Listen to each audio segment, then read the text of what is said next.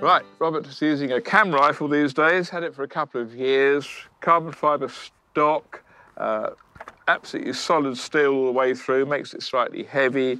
The Picatinny rail is machined into the top of the receiver, so it's absolutely rock solid.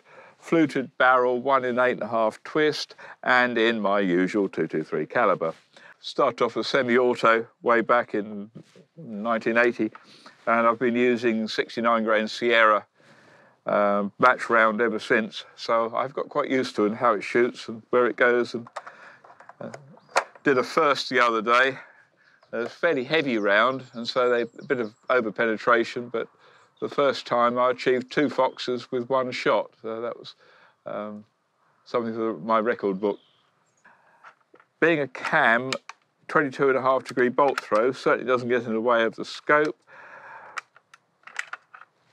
M16 type lock-up, so very quick, takes M16 magazines, which is a brilliant idea, cheap and cheerful, works every time. The Thermion scope is the XM50. That's been on there for a year and a half now, I suppose, coming up that way. Put it on the rifle, sight it in, haven't had to touch it, very pleased with the setup. Absolutely deadly on foxes, 5.5 magnification on the scope, so I don't have to alter everything, I just use it on that all the time.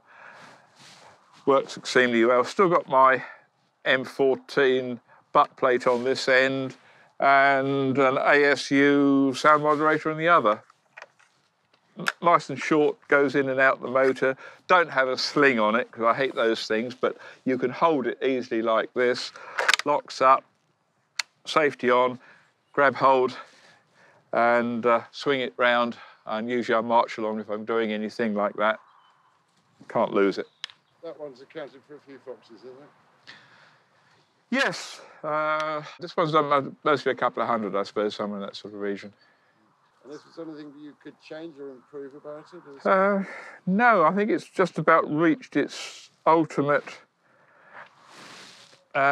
design. It's just one of those rifles, it's rock solid. I take it out, shoot it, I do actually clean it these days, put it away, and I haven't had to touch it. It just shoots one whole group every time, and it works.